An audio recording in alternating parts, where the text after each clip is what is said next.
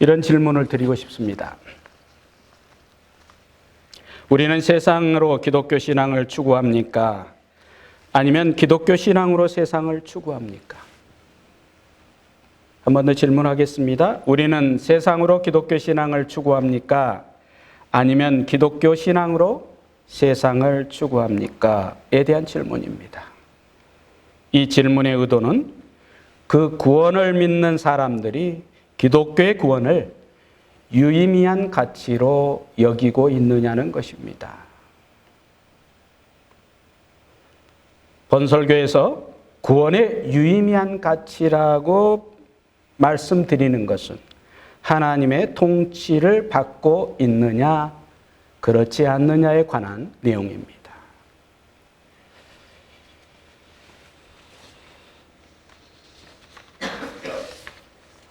여러분, 하나님의 통치를 받는 하나님의 나라를 구현하는 것이 성도의 존재 목적입니다.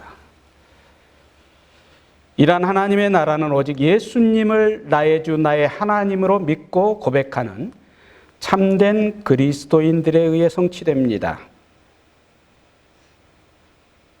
그런데 지금 세상은 하나님의 나라가 아니라 인간의 나라입니다. 인간의 통치 아래 인간이 주인 되고 인간이 하나님이 되었습니다. 인간의 나라는 모든 것이 상대적입니다. 절대적 가치란 존재하지 않습니다. 선생님도 부모도 형제도 중요한 존재가 아닙니다. 가장 중요한 것은 나라는 존재입니다. 내가 생각하고 내가 판단하는 것이 옳은 것이면 그게 선이고 그게 좋은 것입니다. 그래서 잘잘못을 따지고 지적하고 나무라는 것은 인권 모독이 됩니다. 거짓말이 보편적인 인간의 소통 방식이 되었습니다. 죄를 죄라고 말하면 안 됩니다. 명예훼손죄가 됩니다. 현대는 인터넷 그리고 인공지능 등 과학의 산물들이 사람보다 훨씬 중요하고 가치 있는 것이 되었습니다. 인간의 성 정체성이 무너졌습니다. 남자와 여자가 아닌 제3의 성을 인정하고 있습니다. 혈연과 사랑의 산실인 가정은 존재의 의미와 목적을 상실했습니다. 오피셜한 연결고리만이 존재할 뿐입니다. 이것이 인간 나라의 현재 모습입니다. 지금 지구는 급속하게 죽어가고 있습니다. 기후변화와 생태계 파괴로 지진과 홍수, 태풍 등으로 세계 곳곳에서 본연의 기능을 상실하고 있습니다. 200년 전 산업혁명으로 시작된 과학과 문명의 발전이 가져다 준 결과입니다. 이 와중에도 인간은 더 많은 것을 누리기 위해 더 큰 힘을 갖겠다고 내전과 전쟁을 불사하고 있습니다. 사람 죽어가는 것을 파리 목숨보다 더 못하게 여기는 세상이 되었습니다. 인간들의 우두머리들은 자신들의 뇌 구조가 가장 바람직한 세상을 추구하고 있다는 짐승의 수준보다 못한 단세포 생물로 전락해버렸습니다. 혹자는 말합니다. 머지않아 컴퓨터 인간인 인공지능으로 인하여 인간이 지배당하는 비극이 올 것이라고 말하고 있습니다. 인간의 탐욕과 욕망의 끝은 미래가 보이지 않을 만큼 지구촌은 영적으로 아비규환의 모습입니다. 여러분, 아직도 하나님의 통치로 이루어지는 하나님 나라의 소중함과 가치를 모르시겠습니까? 하나님 나라는 단순히 종교적 신념이나 기독교 사상이라는 편견을 버려야 합니다. 창조주 하나님을 믿고 의지하는 것이 절대적 가치를 추구하는 인생인데, 이 절대적 가치가 소멸되고 상실되고 무의미해지는 세상에서 인간은 인간 자체가 괴물이라는 사실이고, 광기에 사로잡힌 인생들이 앞뒤 분간을 못하고 브레이크 없는 자동차처럼 질주하고 있는 것이 지금 21세기 현대인들의 모습입니다. 여러분과 여러분의 자녀의 미래를 여러분은 어떻게 보증할 수 있겠습니까? 하나님께 어떻게 맡겨야 저와 여러분과 여러분의 자녀들, 우리의 후손들의 미래가 기대할 수 있을까요? 오늘 이 부분을 함께 나누려고 합니다.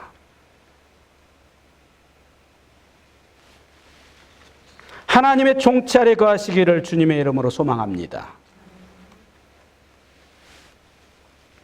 이스라엘이 하나님의 은혜로 430년의 애굽의 노예 삶에서 구원받습니다.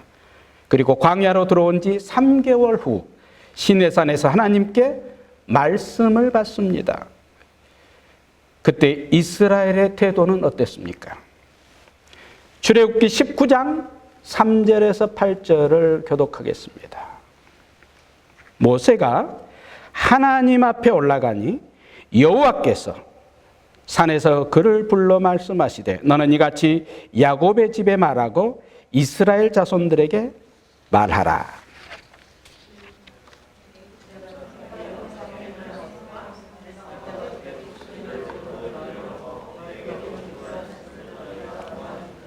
세계가 다 내게 속하였나니 너희가 내 말을 듣고 내 언약을 지키면 너희는 모든 민족 중에서 내 소유가 되겠고,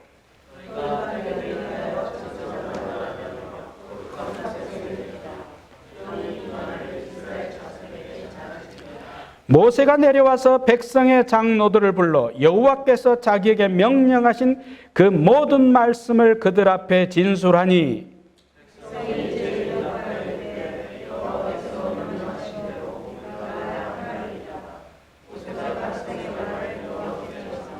아멘이시죠? 예. 하나님의 말씀이 이스라엘을 출애굽시켜서 3개월 후에 광야 시내산에 다다랐을 때 모세를 따로 불러서 율법을 주셨어요. 말씀을 주셨어요. 그리고 이것을 백성들에게 전해라. 그들이 지키게 하라. 라고 명령하셨습니다. 그때 백성들의 반응이 어땠습니까? 우리가 듣고 순종하겠습니다. 우리가 행하겠습니다. 라고 일제히 응답을 합니다. 5절을 여러분 보시면 세계가 다 내게 속하였다. 세계가 하나님의 통치 아래에 있다는 거예요. 하나님이 하나님의 자녀를 구원하시면서 갖는 가장 빠르고 정확하고 가장 중요하게 여기는 말씀이 세계가 나에게 속하여 있다. 세계가 다 내게 속하여 있다. 이거예요. 여러분이 구원받았다고 말할 때 여러분의 의식 속에, 여러분의 지식 속에 세계가 다 나에게 속했다라는 하나님의 말씀이 내 안에 각인이 돼야 됩니다. 하나님의 통치가 이제부터 나를 다스리시고 이끌어 가시고 인도해 가실 것이라는 그 확신이 여러분의 마음속에 완전히 뿌리를 내리도록 하셔야 합니다. 너희가 내 말을 듣고 내 언약을 지키면 너희는 모든 민족 중에서 내 소유가 되겠고.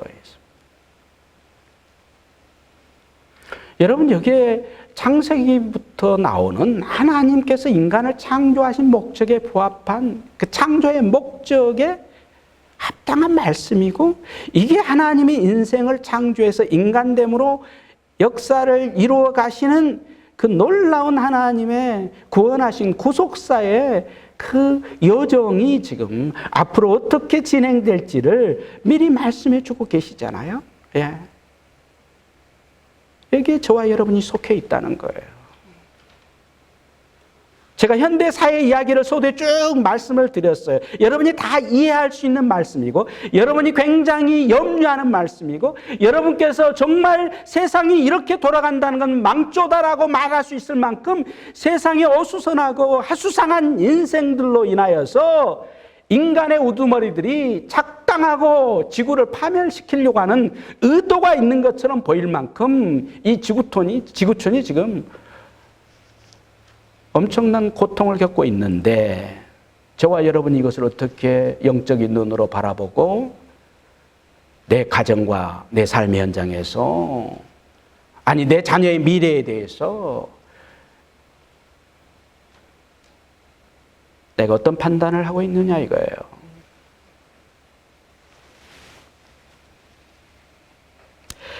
처음에 이스라엘 백성 자발적으로 순종하겠다고 하나님 앞에 고백하고 있습니다.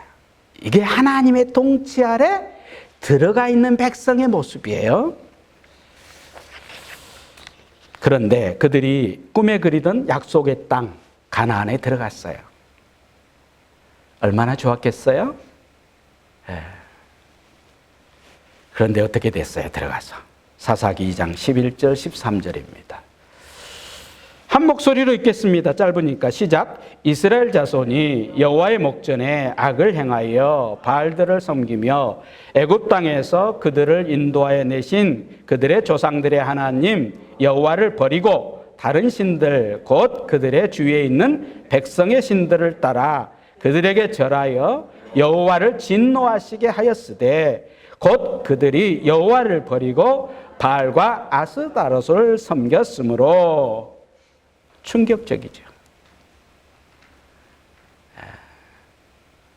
광야 40년 동안 이스라엘 백성들이 하나같이 목을 매면서 하나님께 하소연했던 게 뭐예요? 우리도 좀 살만하게 해주세요. 이 광야에서 좀 이 죽는 것은 너무 비참합니다. 차라리 애굽으로 돌아가서 그냥 먹을 것 잘 먹다가 죽겠습니다. 하나님 제발 우리 이런 삶에서 좀 떠나게 해주세요. 40년 동안 이스라엘 백성들의 아우성이었잖아요. 하나님께서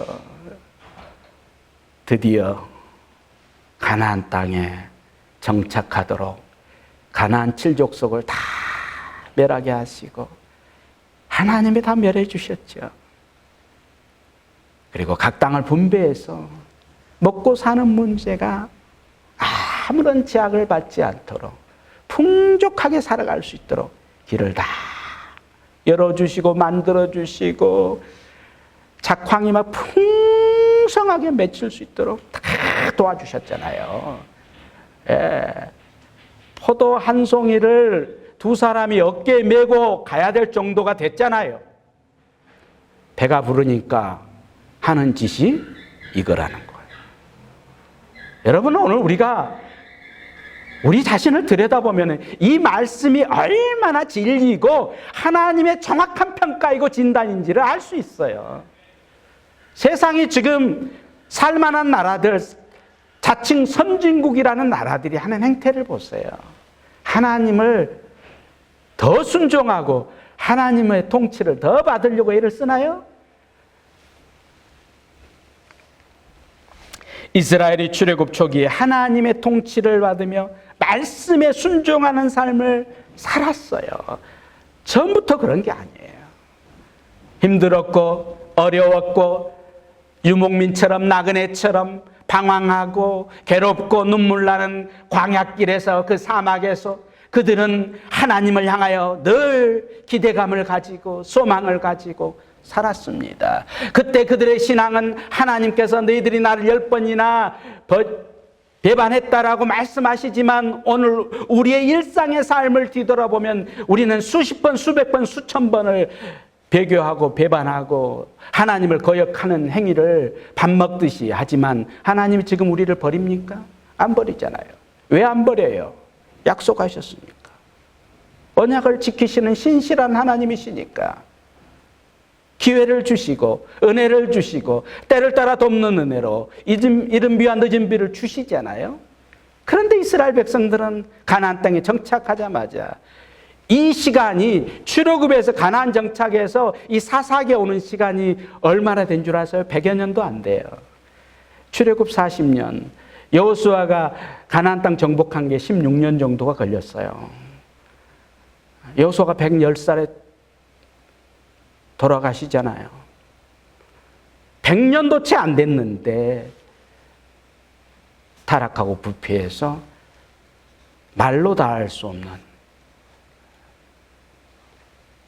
악행을 저지르고 있습니다. 하나님이 어떻게 해서 주셨는데 그들을 어떻게 출애굽해서 그 가나안 땅을 거쳐서 그 광야를 거쳐서 가나안 땅에 정착하도록 하나님이 다 1부터 10까지를 다 주셨잖아요. 다 해결해 주셨잖아요. 그들은 몸만 그냥 움직여 간 거예요. 그들이 하는 게 뭐가 있어요? 광야에서 그들이 농사지었어요? 만나와 메추라기를 누가 주셨어요?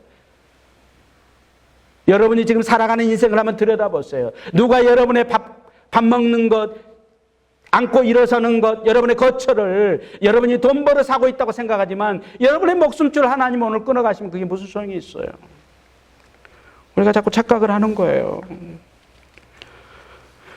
사사기에서 가장 하나님이 진노하신 이유가 하나님의 통찰에 있던 인간이 갑자기 인간 통찰에, 인간 스스로가 내 자신을 통치하면서 내 마음대로 살아보겠습니다. 하나님 이제 굿바이 이랬잖아요. 자기 소견에 옳은 대로, 자기 마음대로, 자기가 주인이 되고 자기가 신이 되어버린 거예요. 이게 하나님의 진노를 산 거예요. 이스라엘의 불신앙적 삶이 예수님 당시에는 어땠어요? 마태복음 23장 23절입니다. 한 목소리 읽겠습니다. 시작. 화 있을진저 외식하는 서기관들과 바리새인들이여, 너희가 박하와 회양과 근처의 11조는 들이되 율법에 더 중한 바 정의와 긍휼과 믿음은 버렸도다. 그러나 이것도 행하고 저것도 버리지 말아야 할지니라. 아멘. 아멘이시죠. 이게 지금 사사기부터 시작된 이스라엘의 반역, 그 악행, 하나님의 통치가 아닌 인간의 통치, 스스로가 자신을 통제하고 스스로가 자기의 인생의 기준이 되고 판단이 되고 행동의 양식이 되었던 인간들이 그게 화석화된 신앙, 그 종교로 변질된 게 어디까지? 예수님 당시까지 계속 내려오잖아요. 더 공고해졌죠. 더 굳어졌죠. 예. 아주 형식적이고 율법주의적이고 그런 신앙으로 굳어져 있습니다. 외식하는 서기관 바리새인들이 누굽니까? 유대 종교의 브레인들입니다. 지도자들이에요. 우두머리들이에요. 근데 그들의 하는 작태가 이거예요. 그럼 그 밑에 있는 백성들은 두말할 필요가 없죠.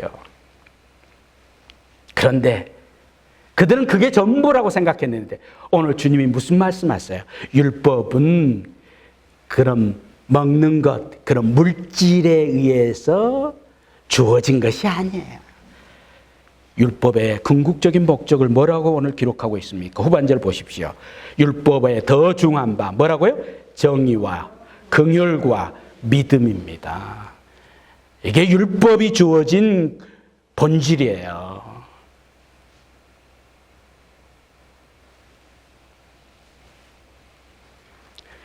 예수님의 이 말씀과 오늘 사도 바울의 오늘 로마서 14장 17절 말씀을 여러분 같은 의미예요. 로마서 14장 17절을 여러분 한 번 더 읽겠습니다. 시작. 하나님의 나라는 먹는 것과 마시는 것이 아니요 오직 성령 안에 있는 의와 평강과 희락이라. 아멘이시죠? 지금 복음서에서 마태복음에서 말씀하시는 예수님의 말씀과 지금 사도 바울이 로마 교회 교인들을 향해서 하는 말씀이 같은 의미예요. 복음의 본질, 하나님의 통치의 본질, 하나님의 나라의 본질은 먹는 것이 아니야, 먹는 거. 물질이 아니야. 그것에 묶여서 살아가면 망해.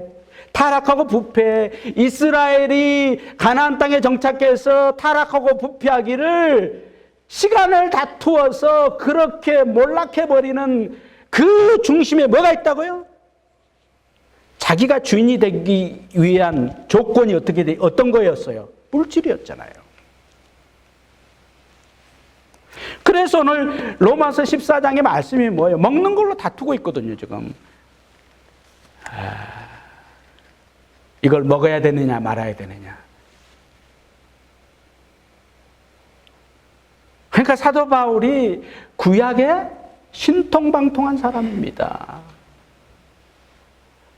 그 율법의 본질을 알아요. 사도 바울이 주님을 만난 다음에 자기가 예전에 유대교에서 특심할 때, 그 충성할 때 그 유대교의 그 율법적인 의미를 그때는 몰랐다는 거예요. 그때는 그냥 선진들이 내려준, 스승들이 내려준 그 율법의 가르침에 그냥 교육받고 학습되어서 그렇게 살았는데, 다메섹 도상에서 주님 만난 다음에 사울아 사울아 어찌하여 네가 나를 핍박하느냐. 제가 주님을 핍박한 적이 언제 있습니까? 사울은 주님을 핍박한 적이 없어요. 사울은 어땠어요? 실제적으로 교회 교인들을 핍박했지요.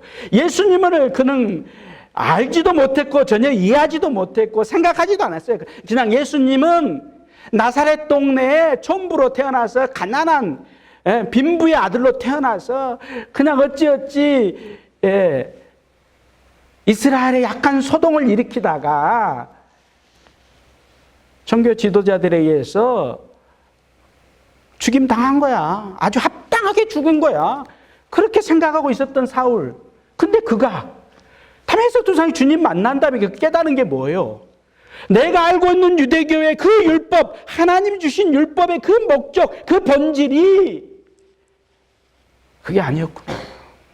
하나님의 통치 아래 선민의식을 가지고 유대교가 전부였고 유대인들이 최고의 고등동물로서 최고의 인간 중심이요 최고의 정점에 있다고 생각했는데 주님 만난 다음에 그가 깨달은 게 뭐예요?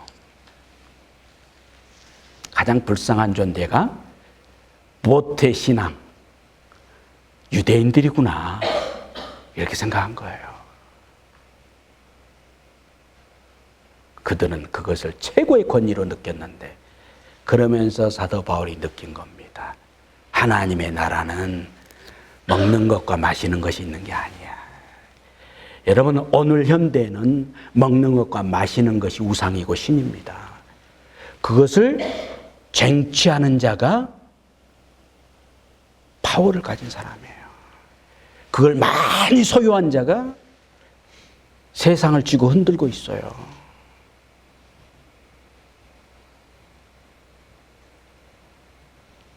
1975년에 마이크로소프트 인터넷 시작이 됐어요. 74년, 75년쯤이에요. 인터넷이 막 이제 그 후로 홍수처럼 이 지구촌을 막 완전히 휘어잡으면서 인간관계가 다 단절돼요. 자식과 부모도 없어요, 이제. 부부관계도 필요 없어요. 인터넷 게임에 중독되고 인터넷에 있는 이상한 것에 막 빠져가지고 별짓을 다 하면서 현대가 완전히 포스트 모던 해체돼 버려요. 완전히 해체되는데 이 인터넷이 얼마나 강력한 역할을 했습니까? 지금도 여러분 우리 애들은 스마트폰이 없으면 죽어요.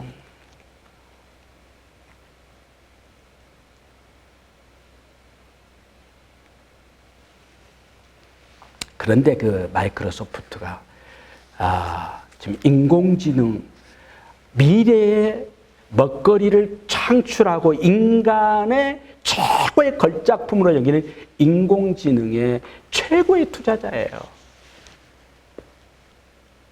오픈아이라는 회사입니다.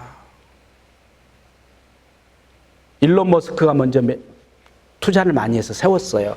그런데 너무 극단적으로 나가니까 이게 문제가 많다 해서 글은 빠져나왔습니다. 그런데 거기를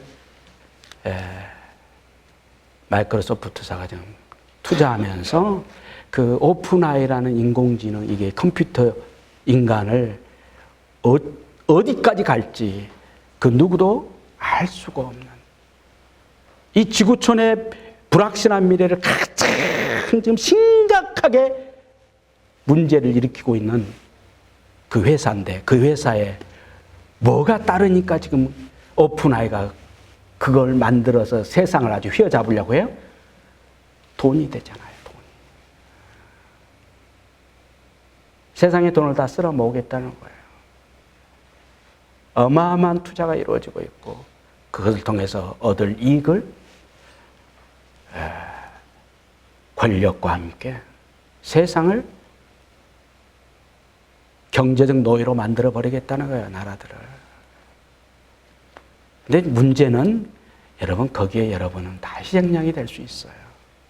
인간성 상실. 아시죠? 하나님 왜 이걸 허락해요? 하나님이 그것을 끊지를 않으세요. 보세요. 왜 이걸 허락하고 계실까? 성경 말씀을 보시라고. 하나님의 통치를 벗어난 인간의 이 저주받을 인생들을 보시라고요.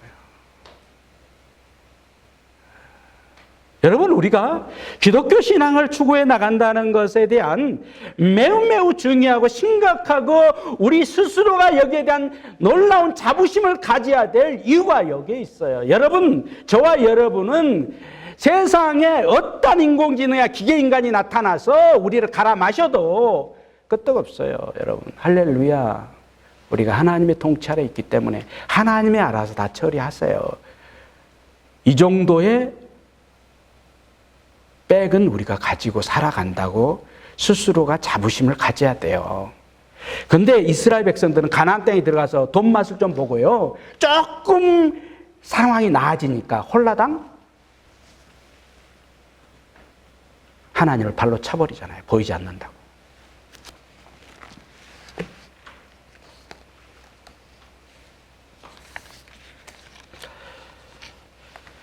여러분, 이스라엘의 하나님의 통치를 받았는데 시간이 지나면서 하나님의 통치를 거부하고 자신이 통치하겠다고, 이제 내 삶은 내가 알아서 잘 살겠다고 딱 작정하고 거기서 게임 체인지를 합니다. 이 게임 체인지의 근본적인 매개체가 재물이에요.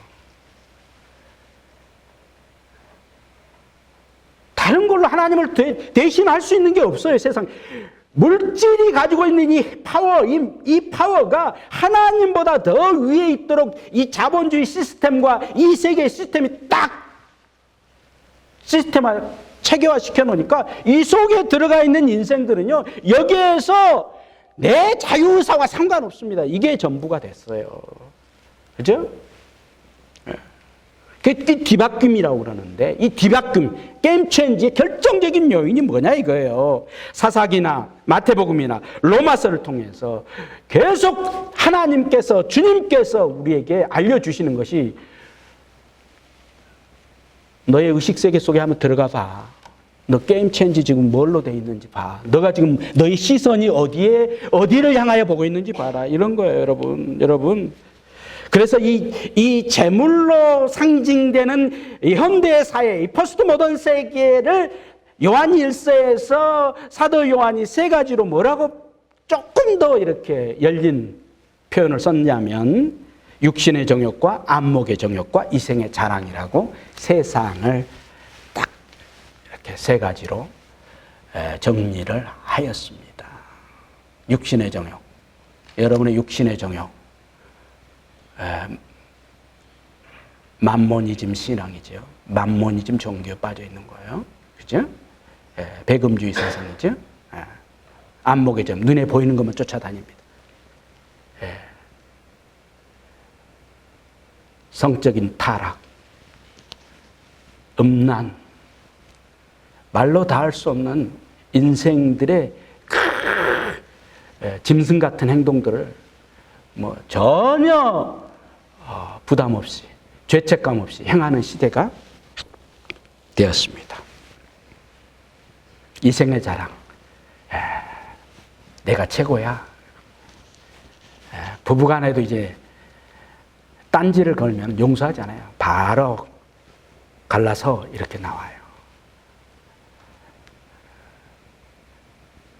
돈에 의해서 움직이고 돈에 의해서 관계를 가지고 돈이 전부가 되어버린 가정, 부부와 자녀, 나라와 나라, 사회와 공동체의 모습, 이게 적나라하게 사사기에서부터 완전히 노골적으로 드러나기 시작하니까 하나님께서 이제 그러면서 인간이 가장 하나님 앞에 도전했던 게 뭐예요? 우리 왕을 세워달라고 그래서 인간왕 세워주세요. 하나님 이제 보이지 않는 하나님보다 인간왕 세워주세요.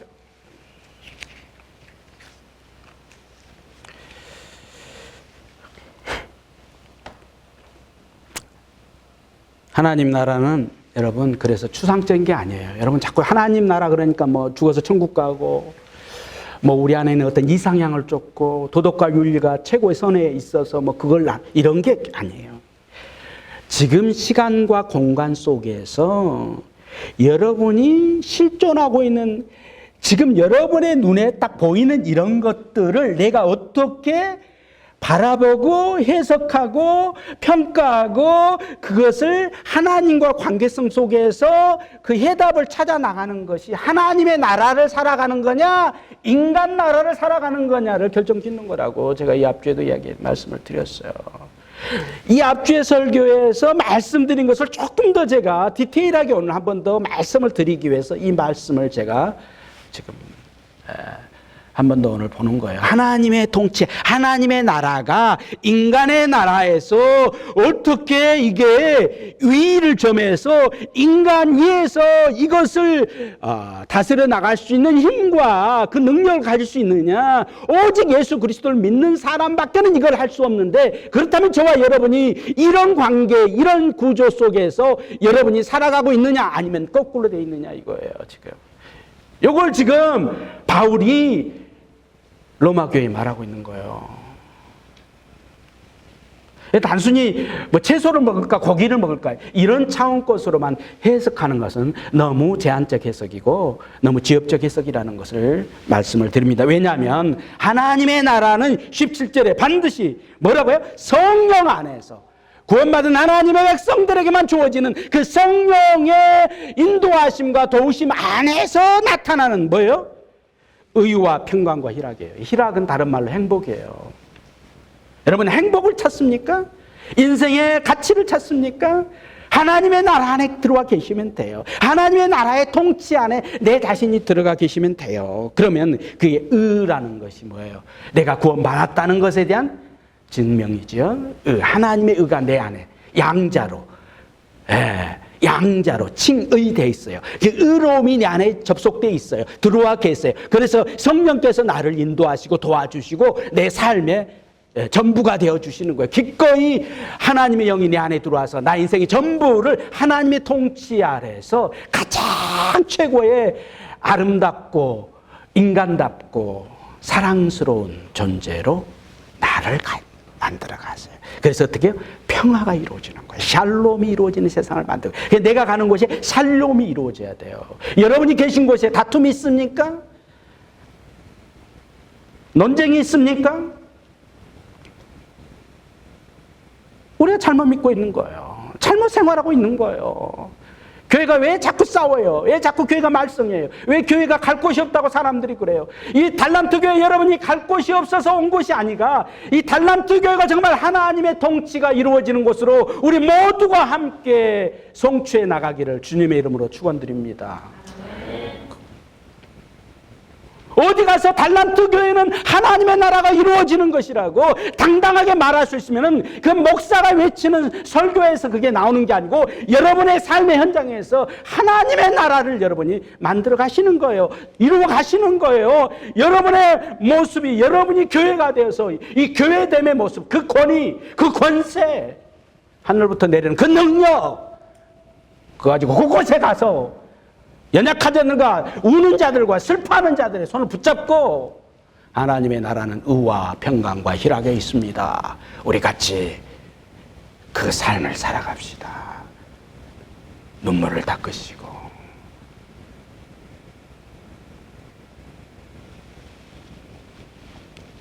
그 말씀에 대한 해석이 여러분 7절부터 18절, 19절 쭉 이렇게 나와요.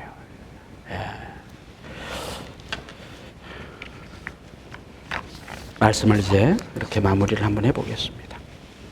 마태복음 6장 24절 여러분 한 목소리 읽겠습니다. 시작. 한 사람이 두 주인을 섬기지 못할 것이니 혹 이를 미워하고 저를 사랑하거나 혹 이를 중히 여기고 저를 경히 여김이라. 너희가 하나님과 재물을 겸하여 섬기지 못하느니라. 아멘이시죠? 목사님 그러면 날 가난하게 살라는 말이에요? 이런 질문을 저한테 하지 마세요. 유치원생들이 하는 질문이에요. 여러분 유치원이 안 나오신 분이 혹 계시면 그 질문해도 돼요. 저는 유치원을 못 나와서 하나님께 질문을 신앙이 별 볼 일 없을 때 많이 했어요. 너무 가난하게 자라가지고. 하나님 저 돈 좀 주세요. 안 주더라고. 끝까지 안 주더라고. 하나님도 아주 힘줄 고집이 대단해요. 제가 하나님한테 아주 학을 띄었어. 어떻게 하나님 수십 년을 예수 믿는데 제 호주머니에 100불 하나 꽂고 다니기가 이렇게 쉽지 않아. 그런데 세상은 100불이 문제가 아니에요. 집에 이렇게 쌓아놓고 말을 안 하겠습니다. 오늘날 교인과 교회가 왜 타락하여 세상의 소금과 빛의 역할을 감당하지 못하고 있습니까? 경쟁과 성공이란 세상의 틀에 딱 갇혀가지고 육신의 삶을 도모하기 때문에 육신의 삶으로 가는 거예요. 육신의 삶이 뭐예요? 로마서 8장 6절 보십시오. 다 같이 읽겠습니다. 시작. 육신의 삶은 육신의 생각은 사망이요 영의 생각은 생명과 평안이라. 아멘이시죠? 여러분 자녀가 잘 되길 바라십니까? 그러면 지금 여러분 오늘부터 이 문을 나갈 때 마음을 굳게 잡수셔야 돼요. 내가 하나님의 통치 아래 살아가겠다. 할렐루야. 그럼 하나님이 여러분 인생 다 책임져 주는 것을 천국에 가서도 자자손손이 이 지구의 종말이 와서 주님이 재림하셔서 완전히 정리하실 때까지 여러분의 자손이 얼마나 아름답게 그 후손들이 천대까지 이르러 복을 받는 그 놀라운 특별한 은총을 하나님께서 주실 것을 믿으시기를 축복합니다. 그거 우리가 바라고 가는 거예요, 여러분. 그래서 지금 내 앞에 있는 것 가지고 너무 일희일비하지 마세요. 별거 아니야. 여러분 아주 가볍게 만들었어요. 저는 어떤 문제도 가볍다. 죽음만큼 무서운 건 이 땅에 없어요. 그렇죠? 근데 죽음도 가볍게 여길 정도에 여러분은 이미 하나님의 통치 아래 하나님의 나라에 들어와 계시잖아요. 그러면 세상 것들은 아무것도 아니에요. 여러분과 잽이 안 됩니다. 저를 따라서 하겠습니다. 세상은 나와 잽이 안 된다. 할렐루야. 이게 여러분이 매일매일 여러분의 삶 속에서 현장 속에서 외쳐야 돼요. 머리가 복잡해요. 눈을 감으면 여러분 막 머리가 복잡해서 성경 하나 방금 성경 읽었는데 이렇게 거기에 살짝 한 10도도 안 돌렸는데 다 까먹었어. 도대체 내가 무슨 뭘 읽었지? 머리가 얼마나 복잡하면 그럴까? 안타깝죠. 그런데 여러분 계속 훈련하셔야 돼요. 눈을 다 감고 내 머릿속을 어떻게 만들어? 하얗게 복잡한 거 막 이런 거면 나가 계속 나가라고 외치세요. 할렐루야. 계속 나가. 그리고 뭐만 딱 두세요. 말씀 하나 딱 붙드는. 하나님이 세상을 이처럼 사랑하사 하나님이 세상을 이처럼 또 들어와 다시 하나님이 세상을 이처럼 사랑 독생자를 주셨으니 이는 저를 믿는 자마다 멸망치 않고 영생을 얻게 하려 하심이라. 또 뭐가 막 들어와서 돈 걱정하고 막 자식 걱정하고 제가 학교가 갔을까 말까 공부를 시험은 잘 봤을까 말까 제가 땡땡이는 안 치고 있을까 내 남편은 오늘 건강하게 일 잘하고 있을까 일은 잘 마치고 올까 운전하다가 혹시 사고는 나지 않았을까 별의별 걱정을 막 모아서 사서 계속 하는데 말씀이 어떻게 여러분 머릿속에서 정리가 되고 그게 다 안착을 하겠어요? 안 되지. 세상은 여러분과 잽이 안 됩니다. 할렐루야. 싸울 필요도 없어요. 그냥 걸어가시면 돼요. 성령께서 인도하십니다. 성령 하나님께 도와주십니다. 두려워하지 마시고 불안해하지 마시고 하나님의 통치 아래 있다면 여러분의 인생은 이제부터 하나님께서 다 영적으로 시온에 데려지만 육적으로 삶이 고달플 수도 있고 짜질 수도 있고 여러 가지 상황이 벌어질 수 있지만 그것이 여러분을 망하게 하지 않아요. 세상은 이미 망조가 되어서 가지만 여러분은 절대 망하지 않아요. 절대 여러분은 실패하지 않아요. 절대 여러분은 여러분 인생에 낙오자가 되지 않습니다. 할렐루야. 반드시 하나님이 여러분을 들어 올리셔서 위대한 하나님의 사람으로 올곧게 여러분을 쓰시다가 영광의 나라로 인도에 가실 것을 믿습니다. 승리하시길 주의 이름으로 축원드립니다. 이 시간 우리 잠깐 기도하시겠습니다.